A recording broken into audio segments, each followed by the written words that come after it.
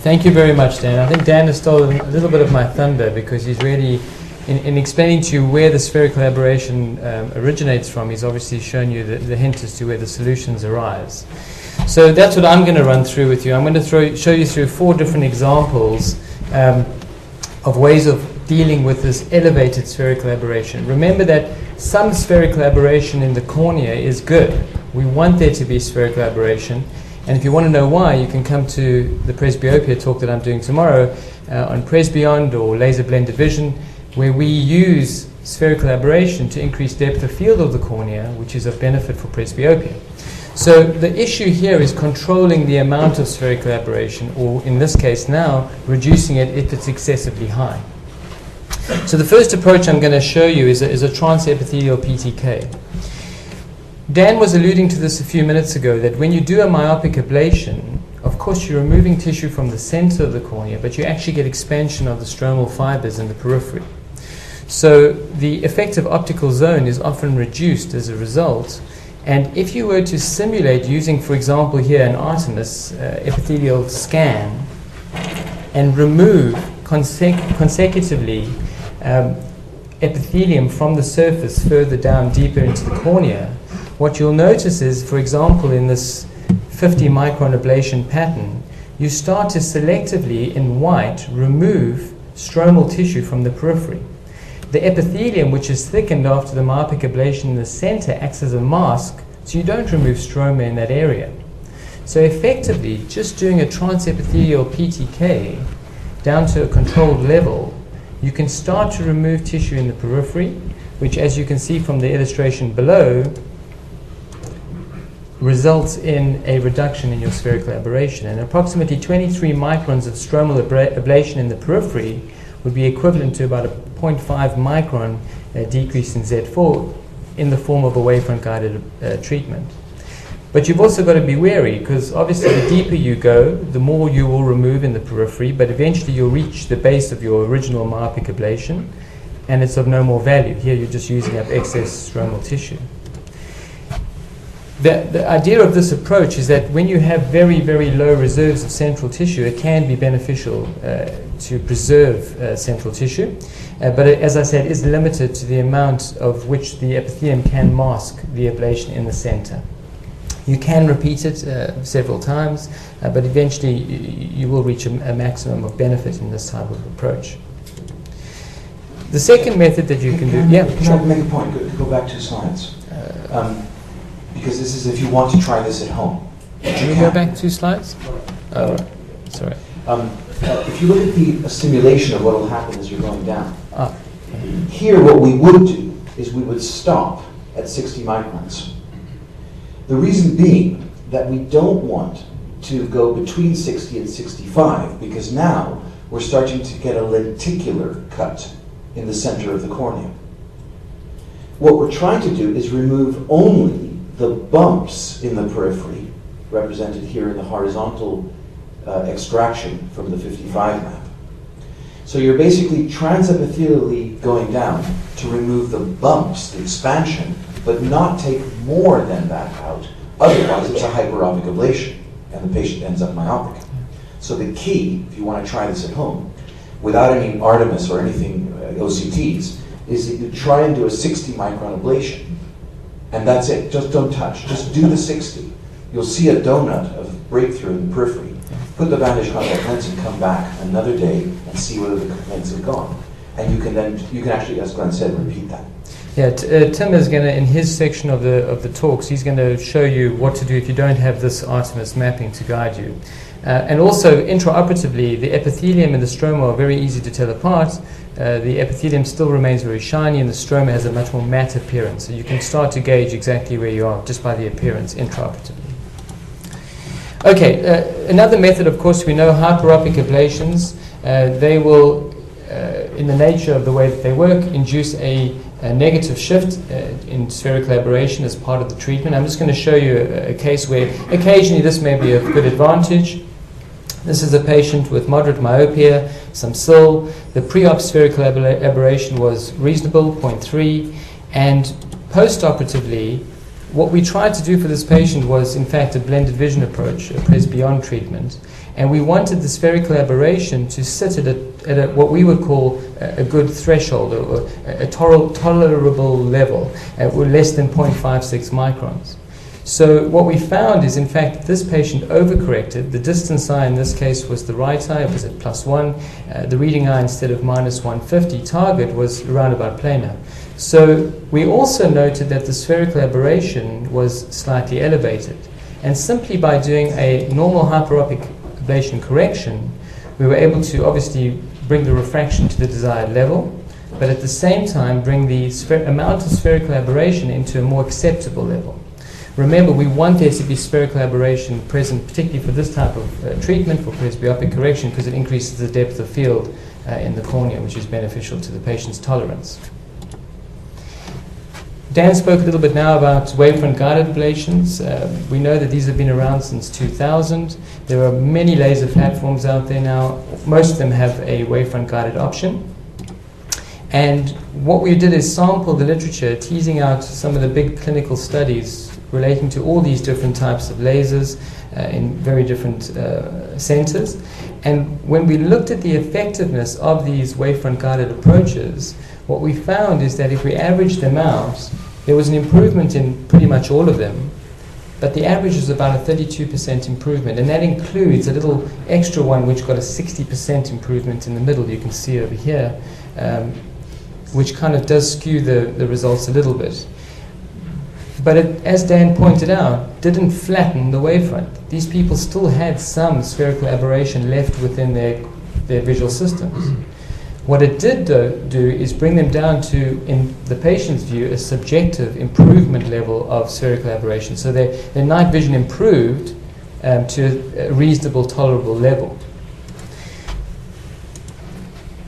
The question is again, what is this threshold? Where is the spherical aberration level going to be well accepted by the patient and beneficial, and where is it going to be significantly elevated to a level where it's actually detrimental? So this is a study performed by Dan a few years ago, where he looked at a repair group. These are patients complaining of night vision disturbances post-LASIK, 16 eyes in the study, and they all underwent a wavefront-guided repair.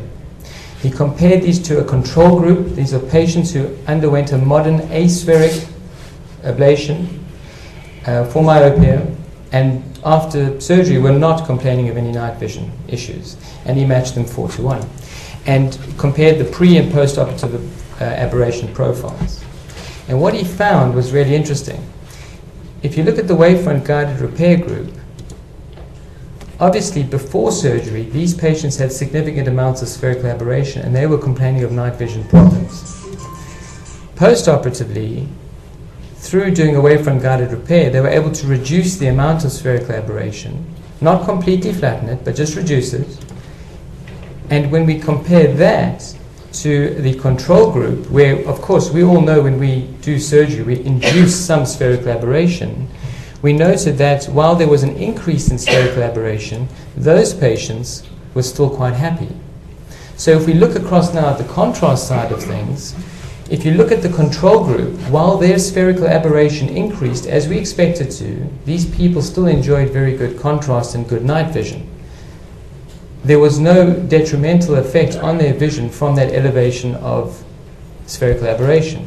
In the wavefront-guided repair group, we achieved a 27% reduction, but this significantly had a normalization effect on the contrast. So in the process, improved their quality of night vision. So it seems from these two groups that we can then determine that the amount of spherical aberration that is tolerated pretty well by patients seems to sit around 0.56 microns in a 6 millimeter zone.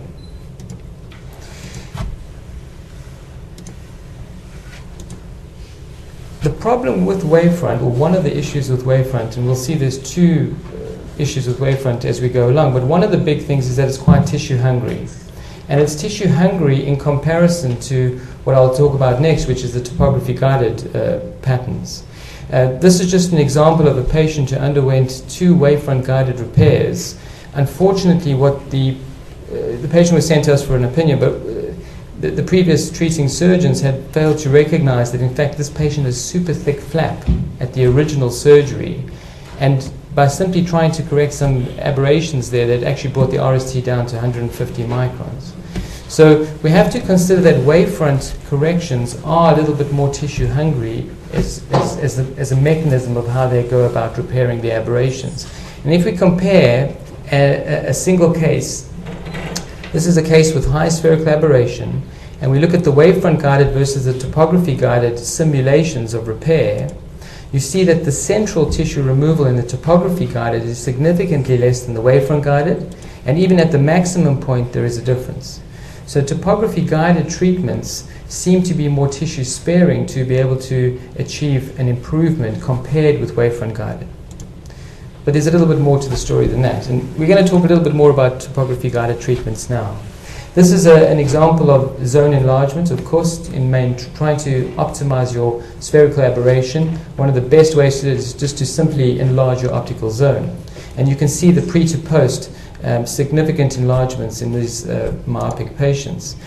Looking more specifically, and again, this is a study done by Dan a few years ago, where he compared wavefront to topography. What you noted is that there is a decrease in the wavefront guided ablation group in terms of the amount of spherical aberration, but if you can compare that to the topography guided group, there was a substantially more beneficial effect using the topography guided ablation when compared with the wavefront, 17% versus 42% reduction. And this is isolating the spherical aberration. Of course, even if you consider that there was a large decrease, if you look at what the control group, this is going back to the original control group, ended up at, in many instances, the amount of benefit brought these patients to even a lower level compared to the aspheric profiles that we're using today. And the same applies to hyperopia. This is a case of a patient who had PRK for a large hyperopic ablation in 1994. I'm pleased to say I wasn't doing laser surgery in those days, but that looks a bit scary to me, PRK for plus 5.5. But if you have a look, the optical zone was really, really small. When the patient presented to us, the refraction was plus 750 with a minus 175 SIL. And a really, really tiny optical zone. If you look at the Artemis there, you'll see it's only 5 millimeters from the thickest point of the epithelium across the cornea in those two areas. So what we did is we targeted a plus 6 hyperopic ablation in this patient. We actually targeted the patient to plus 150, but at the same time applied the topography algorithms, and we managed to proceed to enlarge the zone, and we're able to get it out to an 8 millimeter optical zone, which substantially improved the patient's quality of vision. Incidentally, we got a little bit more out of the ablation than we anticipated refractively, but the optical zone was hugely enlarged. And this is just another example, again, with a very small zone hyperopic ablation, which has been extensively enlarged using topography guided treatments, and yet another example over here as well.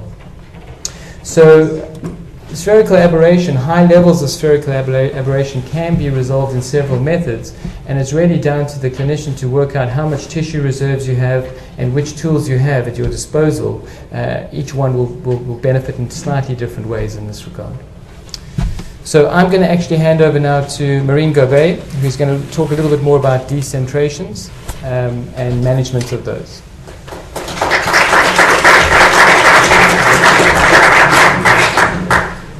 Any questions in the meantime?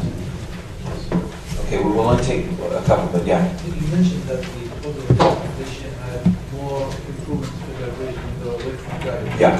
But isn't this going to be a two-stage correction, because you're first going to... No. Okay, so the question is, topography guided, we have said, removes less tissue than wavefront guided. The question is, but isn't it going to be two-stage anyway, the topography guided followed by refractive, and then the sum total is the same as if you'd just done a wavefront? I think that's your question.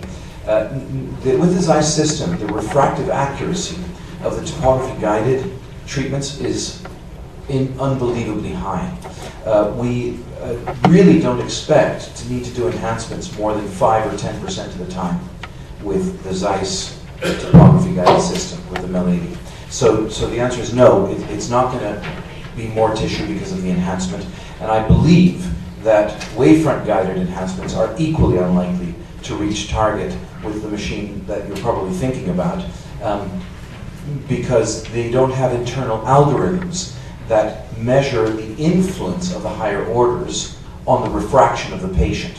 And that really is the key inside the Tosca from Carl Zeiss, is that they've managed to calibrate, not perfectly, because there are some areas where it deviates, but I can mention in a second, but they've managed to calculate the influence, for example, of secondary astigmatism on what you will have refracted the patient with primary astigmatism. And so it doesn't correct the primary astigmatism that is accounted for by secondary astigmatism in the topography, for example. And so the refractive accuracy of the Tosca is much, much higher.